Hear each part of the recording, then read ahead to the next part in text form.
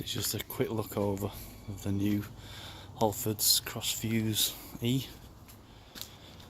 Quite a nice bike. Been using it for a few weeks now. It's doing really well. It's a replacement to a Crossfire-E, which I had for about a year and a half and did 4,400 miles on.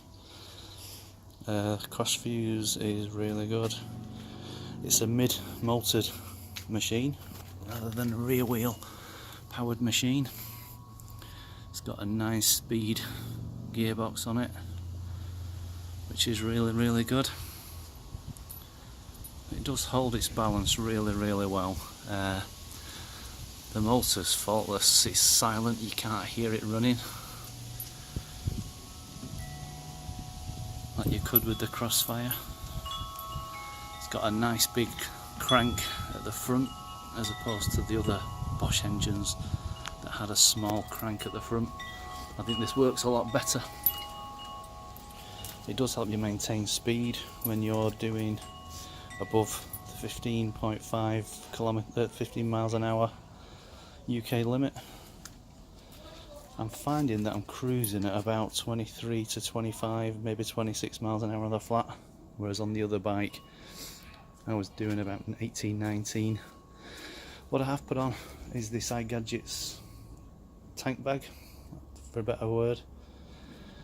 A gel seat cover. I did replace the seat in the shop when I first bought it because I didn't like the tan one that came with it. This is an Asda gel seat, does make a slight difference. I've put the Beaver Tail XL mudguards on, front and rear, just to try and keep some of the water off, although we've been lucky so far that we've not had any real rain since I've been riding this. It's got front forks that lock out.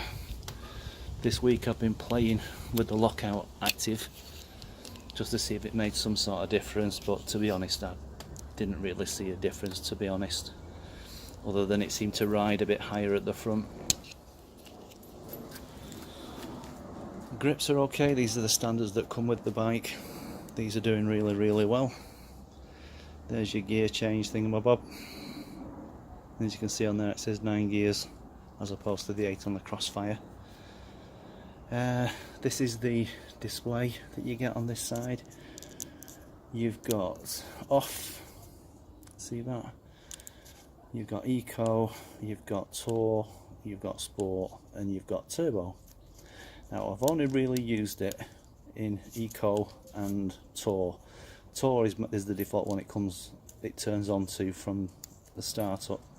I have tried it on eco, but coming home from work, which is up with like a 300 and 400 foot climb, it is a little bit hard. It's really hard work, so I'm probably sticking with the tour mode, and I am finding I'm getting between 60 and 70 miles.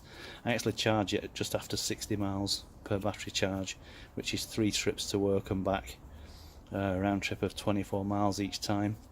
But it does usually say I've got about 15 to 19 miles left on the range. If you keep that held, it will go into the range, so that's what it's saying I've currently got available is 47. But when you start riding, it recalculates that depending upon what effort you're putting in and what assistance it's providing. I've seen that go up as high as 80 on the way to work and come down to as low as 9 coming home. So yeah, good bike. Can't really fault it so far. One thing I do like about this over the Crossfire, besides the mid-mounted motor, is that it doesn't cut out. It's never yet let me down at all. That used to get so frustrating on the Crossfire-E when it would just shut off for no apparent reason, and you had to sit there and pull the battery out, put it back in again and faff about with it to try and get it going when all you wanted to do was get home from work.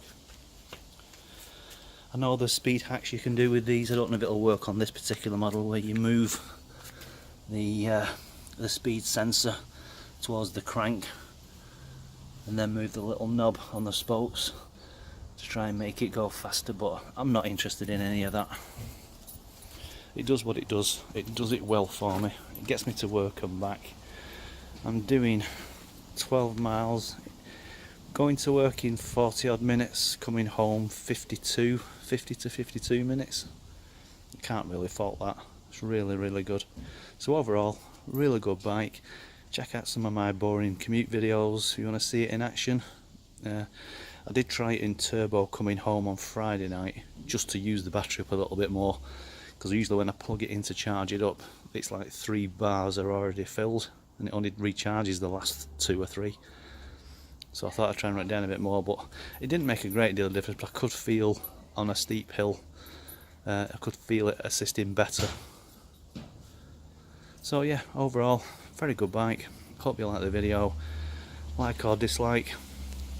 Thanks for listening to us. Speak soon. Bye.